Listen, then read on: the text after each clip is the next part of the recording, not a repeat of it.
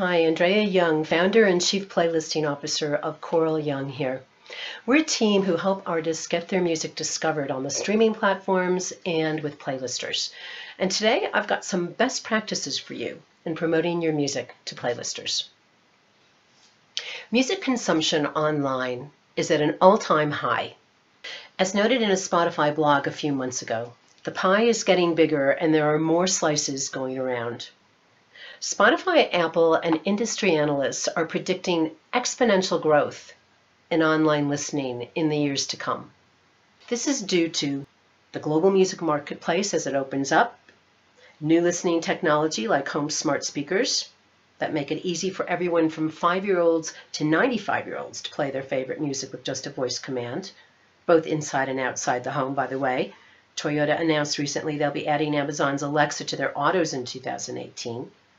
And at the same time, the former gatekeepers of radio stations and major record labels are no longer the only way to get your music heard in the marketplace.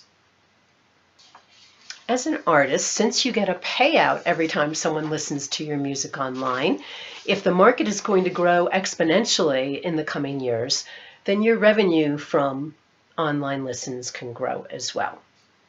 Now, what do you get paid right now when someone listens to your music online? Payouts per stream vary according to streaming platform, whether you're an independent or major label artist, and by the percentage of rights that you have to the track. Right now, Spotify is said to pay out an average of 0.04 of a cent per stream to independent artists. Apple and other streaming sites have higher payout rates. Using Spotify to value streams, that means for every 1,000 streams, you get around $4. 100,000 streams would bring you $400. Now that might not seem like much, but I also want to quote the head of Kobalt, one of the biggest music service companies in the world. Today, he said, artists you've never heard of are making a living off of streaming revenue. In the next couple of years, the number of artists that make a living off of these services will grow from 5,000 to 100,000 artists, right along with the growth of streaming. To increase your revenue from streams, you either need to have more people listening or you need a bigger payout rate.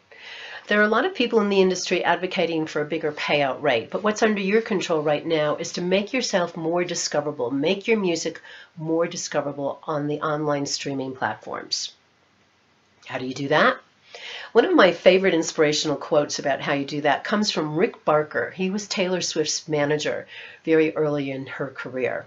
Rick Barker said, if you want to sell 500,000 albums, you need to meet 500,000 people. Well, times have changed, but let's use that as an analogy for online listening as well. If you wanted to get 100,000 streams a month, and people listened on the average 4 times a month to your track, and maybe it's a lot more than that, maybe less, you would need 25,000 people listening on a monthly basis in order to get 100,000 streams, or $400.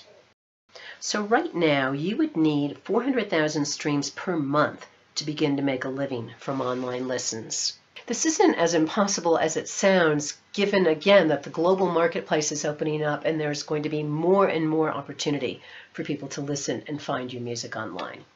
Right now, it's about making your music discoverable online. And you do that by covering some playlisting basics, promoting yourself inside and outside of the streaming platforms, and doing it consistently and persistently.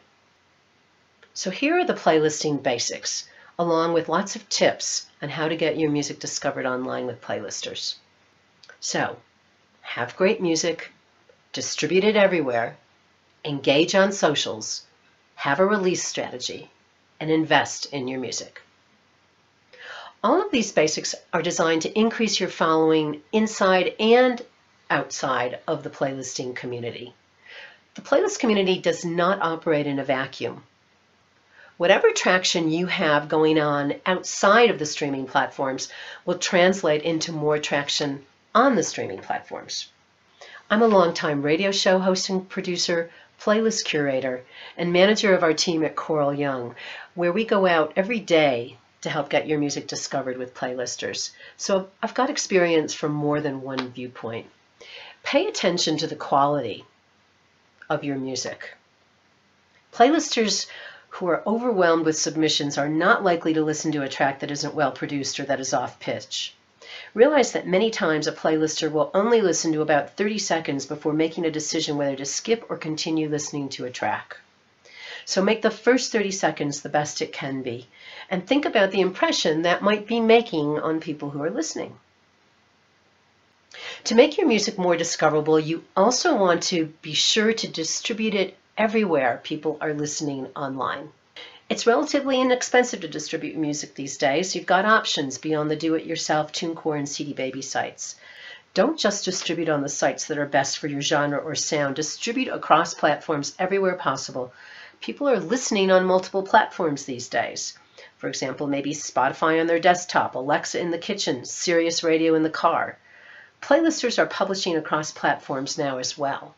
They may have a playlist on SoundCloud also duplicated on Spotify, for example. Radio stations and blogs are starting up their playlist on the streaming platforms. When your music is up on all the platforms, it makes it easier for the playlister to find and feature you. Also be sure to have at least a lyric video for your track up on YouTube. This can be as simple as the artwork with the music behind it. YouTube to date is known to be a big music discovery site, but the interesting thing is people who say that they discover music on YouTube also say that they listen afterward on the other streaming platforms.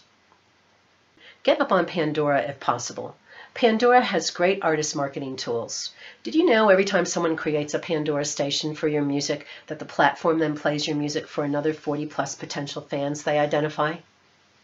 SoundCloud is also an important platform for playlisters. Make sure your tracks are available there as well. And consider other apps too, such as Musical.ly. By the way, pay attention to your metadata. That's artist title, ISRC, ISWC, and other identifiers. Get with your distribution company to understand which royalties and streaming payments they collect and which they don't, and register directly with those collection agencies not covered by your distributor or publishing company. It can turn pennies into dollars for you. The next important basic is to engage on your socials. And first I want to quote Troy Parker. He's Spotify's global head of creator services. He was interviewed at the Music Biz conference last year in Nashville. And his interviewer asked him, what strategies can be utilized by unsigned artists without the firepower of a large label to increase their chances to get on major Spotify playlists? His answer, I would say work your socials. Really, really work your socials. Work socials and everything else and stay in it. Did you know that Spotify's systems and editorial team look at tastemaker blogs?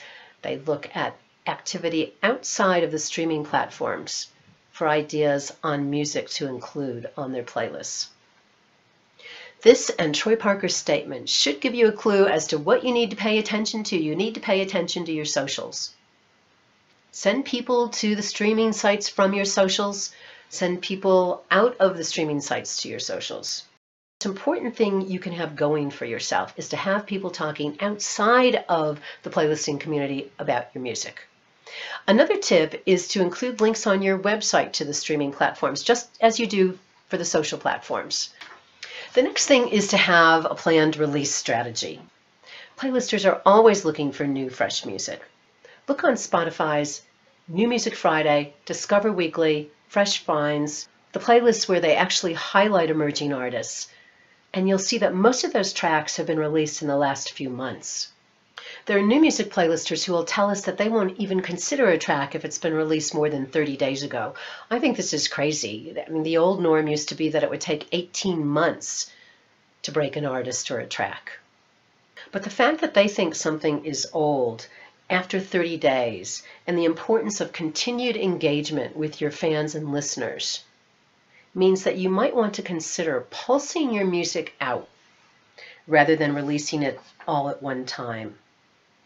There are many ways to do this, one being to release 1 or 2 focus tracks from your album prior to album release, if you release an album at all, and maybe even hold a track or video for release after the album release as a way to engage with playlisters. Put together a calendar of assets, tracks, and videos that you are planning to release in the next year, and schedule them at intervals so that you have frequent opportunities to engage with your audience for your music. Notify your distributor way in advance and lean on them to pitch your tracks to the streaming sites for editorial coverage. Schedule releases around other activities like touring. Always have something up on the streaming platforms that fans can listen to after they've heard you live, especially the tracks you perform. And also maybe be a bit flexible on your release schedule. We always look at the response in the marketplace once we get started. If a track is hitting big, we may want to extend our promotion focus on it a bit longer than originally scheduled, for example. Finally, as far as covering the basics in playlisting, I want to note that it's really important to invest in your music. Whether you do it yourself or you hire a team behind you, invest in your music. Some people in the industry say that you should spend as much on promoting your tracks as you do recording them. Some say you should spend double as much promoting as recording. If you're an emerging artist, you need to invest in promoting yourself to playlisters and curators on the streaming sites. You need to make yourself discoverable to get your music heard. Here are a few more tips on getting your music heard on the streaming platforms and with playlisters. And here's a quote from a senior editor at Spotify recently. Every piece of data that is used on Spotify is driven by audience consumption. We're not leading the algorithm. The algorithm is being led by the consumer. If every piece of data that Spotify uses is driven by audience consumption, then you need to get your music heard by the fans, by your audience, above the thousands of other tracks that are released every month. Here are 3 actions on the streaming platforms that you can take and that you can encourage your fans and your audience to take to get more attention for your music online. These actions support playlisters in the streaming sites, and it's what the streaming site systems sometimes look for. Number 1, ask your fans to save your music to their own music library once they listen to it. Number 2, ask your fans to add one of your tracks to one of their own playlists. And even better, ask your fans to add one of your tracks to one of their own playlists while listening to it from another playlist, from a playlister's playlist or from a Spotify playlist. Number 3, ask your fans to follow the playlisters and playlists that your music is featured on. Another thing you can do is cultivate relationships and connections with playlisters yourself.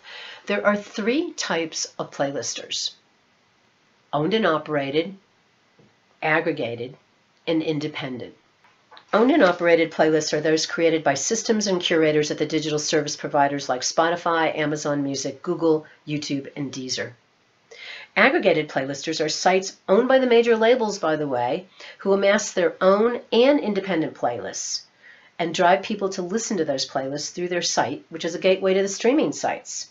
Okay, just check out Digster, Topsify, and Filter. Those are the 3 main playlist aggregators. They have hundreds of thousands of listeners, and getting your music onto one of their playlists, just like getting your music on the own playlist, can exponentially increase your listens. Independent playlisters are people and brands who create playlists independently outside of the curation and editorial teams and systems at the digital service providers and aggregators. These are people like you and me, people who are into music, who are passionate about music discovery, who are music tastemakers. They can have anywhere from a few followers to hundreds of thousands of followers. They are all important.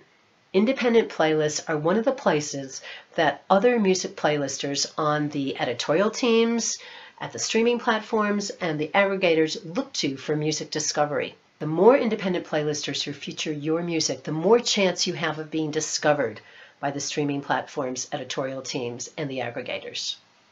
You can find independent playlisters on the streaming sites by genre, by mood, by theme, and other qualifiers.